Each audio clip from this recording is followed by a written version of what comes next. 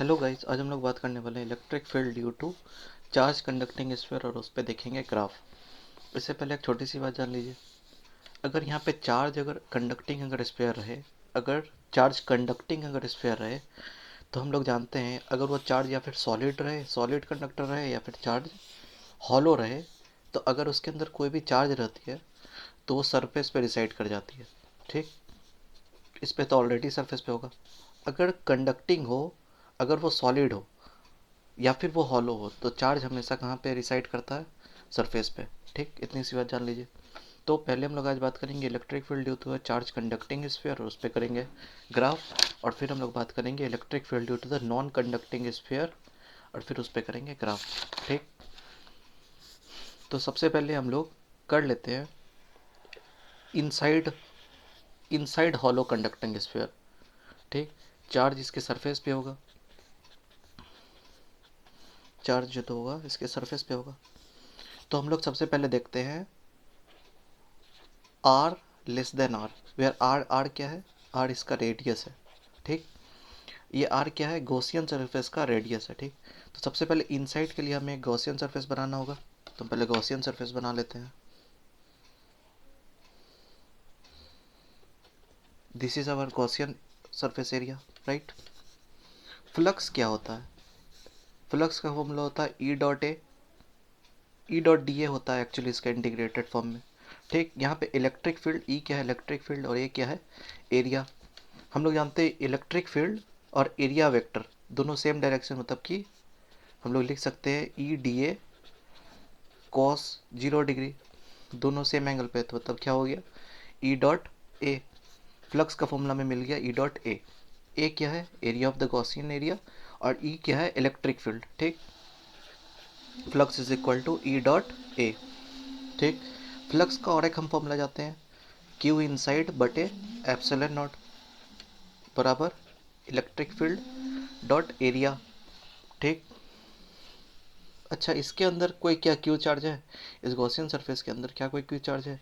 तो Q inside क्या हो जाता है? इधर जीरो है, क्योंकि इसके अंदर तो कोई भी चार्ज नहीं है, तो जीरो हो गया बाई एप्सिलॉन नॉट। तो E dot A, electric field inside क्या हो गया? जीरो हो गया। So electric field inside conductor is zero. ठीक, पहला केस के बारे में बात कर लिए। अब हम लोग केस सेकंड के बारे में बात करेंगे। केस सेकंड, जहाँ पे क्या होगा? आर ग्रेटर देन आर होगा, मतलब कि आर बड़ा होगा, हमारा जो गॉसियन सरफेस का एरिया होगा वो बड़ा होगा। सबसे पहले वही स्फीयर बना लेते हैं। चार्ज कहाँ पे रिसाइड करेगा? सरफेस पे। कंडक्टिंग रहेगा, चाहे वो हॉली रहे या फिर सॉलिड, हमेशा चार्ज कहाँ रिसाइड करेगा? सरफेस पे, अगर वो कंडक्टिंग हो तो। ठीक, फिर हम लोग बना लेते हैं अपना Gaussian area, Gaussian surface. This red dotted area is our Gaussian surface. Gaussian surface जो होता है ना, हमेशा सिमेट्रिकल होता है। ये क्या है हमारा? आर है radius, actual radius of the sphere, और ये क्या है? हमारा गॉसियन सरफेस का रेडियस है। फ्लक्स का फॉर्मूला हम लोग जानते हैं। फ्लक्स क्या होता है? ई डॉट ए, हम लोग निकाला भी यहाँ पे, ई डॉट ए। और फ्लक्स करेक्ट फॉर्मूला होता है क्यू इनसाइड बटे एप्सिलॉन नॉट बराबर ई डॉट ए। ए क्या है? एरिया है। ये क्यू क्या है? क्यू इनसाइड है। अच्छा, इस पूरे के अंदर चार्ज कितना है?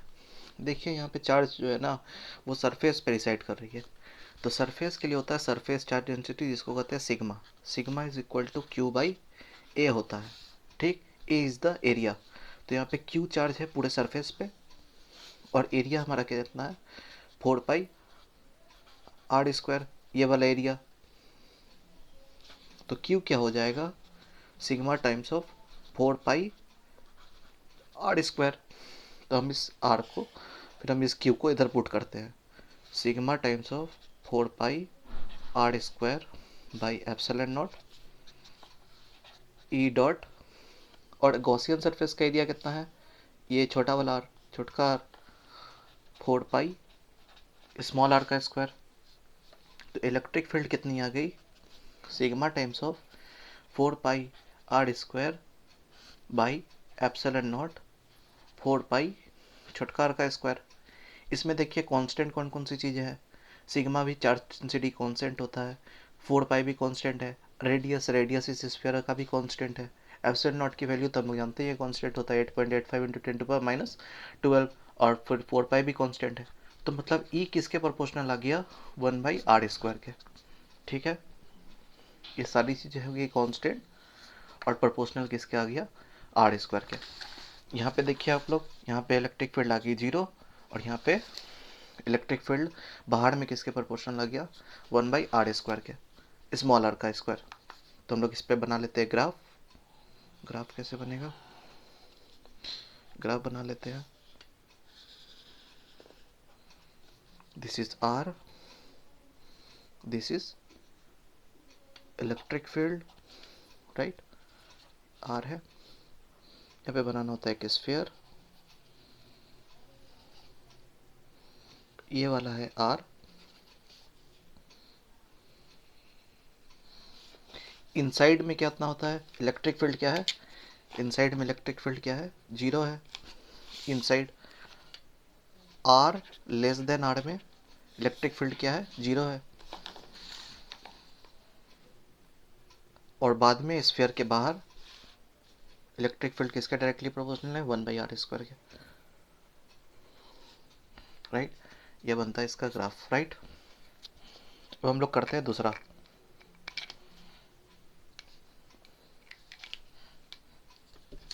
अब हम लोग बात करते हैं electric field due to the non conducting sphere. Non conducting के बारे में बात जान लेते हैं एक दो।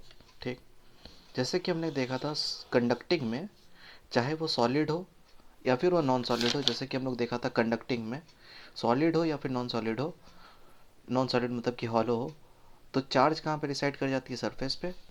लेकिन इसमें होता है क्या, क्योंकि ये कंडक्टिंग नहीं है, और अगर ये सॉलिड है, ये वाला क्या है, सॉलिड है, तो चार्ज इसके अंदर ही रहेंगी।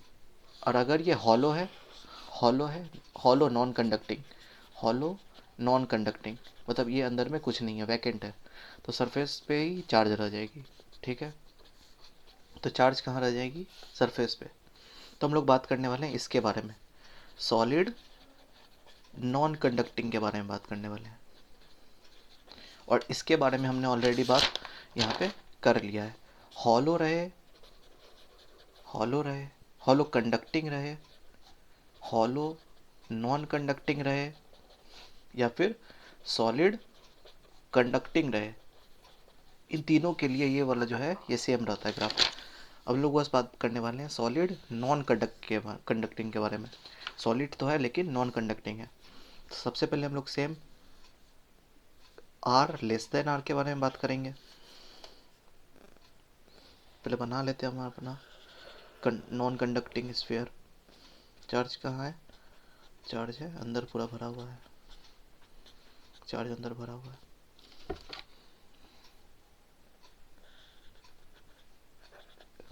आर लेस देन आर के बारे में बात करेंगे, तो हम लोग पहले गॉसियन सरफेस एरिया बना लेते हैं। ठीक है, फ्लक्स की फॉर्मूला हम लोग जानते हैं, इलेक्ट्रिक फ्लक्स का फॉर्मूला क्या होता है, ई डॉट ए।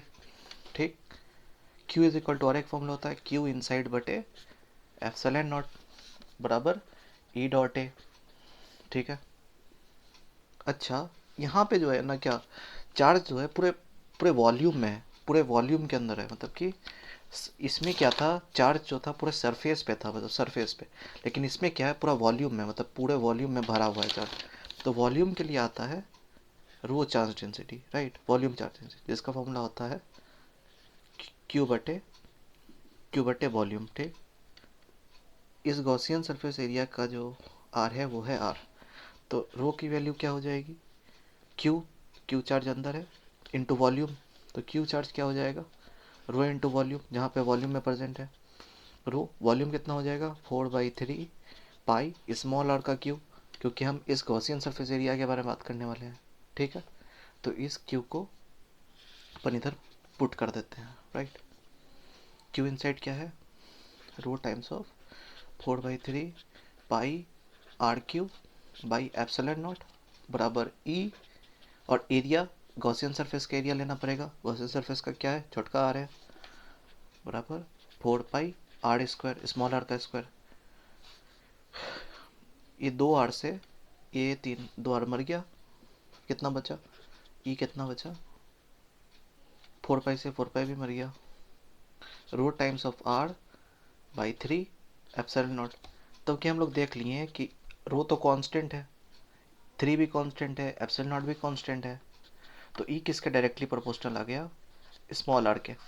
मतलब कि इनसाइड इलेक्ट्रिक फील्ड, इनसाइड में नॉन कंडक्टिंग में इलेक्ट्रिक फील्ड किसके डायरेक्टली प्रोपोर्शनल आता है, आर के। ठीक, यहाँ पे किसके प्रोपोर्शनल आया था, ई किसी भी आर के प्रोपोर्शनल नहीं आया था, इलेक्ट्रिक फील्ड क्या थी, 0 थी। लेकिन यहाँ पे किसके प्रोपोर्शनल है, आर के प्रोपोर्शनल, राइट।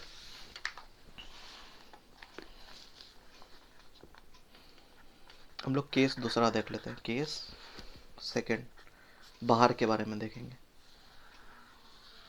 ये स्फीयर है, फिर से इसमें ये वाला इसका रेडियस आर, फिर हम बना लेते हैं इसका Gaussian surface area. This is Gaussian surface जिसका रेडियस है छोटका आर। बात करने वाले हैं आर ग्रेटर देन आर के बारे में।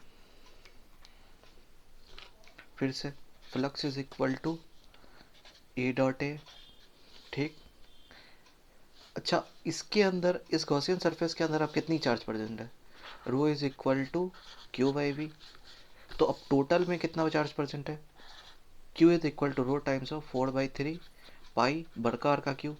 तो कि पूरे में प्रेजेंट है, पहले तो हमें केस में बस इतना ही दूर में निकालना था, अंदर में निकालना था। इसमें क्या है, पूरे में प्रेजेंट है 4/3 पाई आर क्यू। इसको यहाँ पे पुट कर देंगे इसकी वैल्यू को, क्यू इन साइड बटे एप्सिलॉन नॉट बराबर ई डॉट ए। ए क्या है, गॉसियन सरफेस का एरिया, ये क्या है, electric field. Q in side क्या हो जाएगा, rho into 4/3 pi are Q बराबर ई डॉट 4 पाई इस छोटकार का स्क्वायर, गॉसियन सरफेस का एरिया। तो इलेक्ट्रिक फील्ड किसके प्रोपोर्शनल आ गई, 4 पाई से 4 पाई मर गया, तो इलेक्ट्रिक फील्ड किसके प्रोपोर्शनल आ गई, 4r³/3 r²। अच्छा देखिए यहाँ पे कांस्टेंट क्या है, क्या है, 4 कांस्टेंट है, r³ the radius of the sphere वो भी कांस्टेंट है, 3 भी कांस्टेंट है, तो ई किसके प्रोपोर्शनल आ गया, 1/r² के। ठीक, आउटसाइड में इलेक्ट्रिक फील्ड किसके प्रोपोर्शनल आ गया, 1/r² में, r² के। ठीक, तो हम इस पे ग्राफ बना लेते हैं, ग्राफ बना लेते हैं इसमें।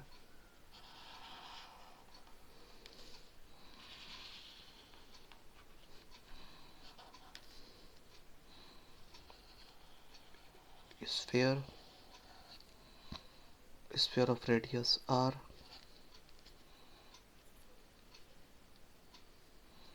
और पूरे में चार्ज भरा हुआ है, पूरे में चार्ज भरा हुआ है। ये क्या है, r है, ये क्या है, इलेक्ट्रिक फील्ड है। इनसाइड में electric field directly proportional to R है, डायरेक्टली प्रोपोर्शनल टू ग्राफ, और बाद में आउटसाइड में inversely proportional to R, right. ये बन गया इसका ग्राफ। ये आर लेस देन आर का है, आर ग्रेटर देन आर का है, R greater than R, R less than R. Thank you.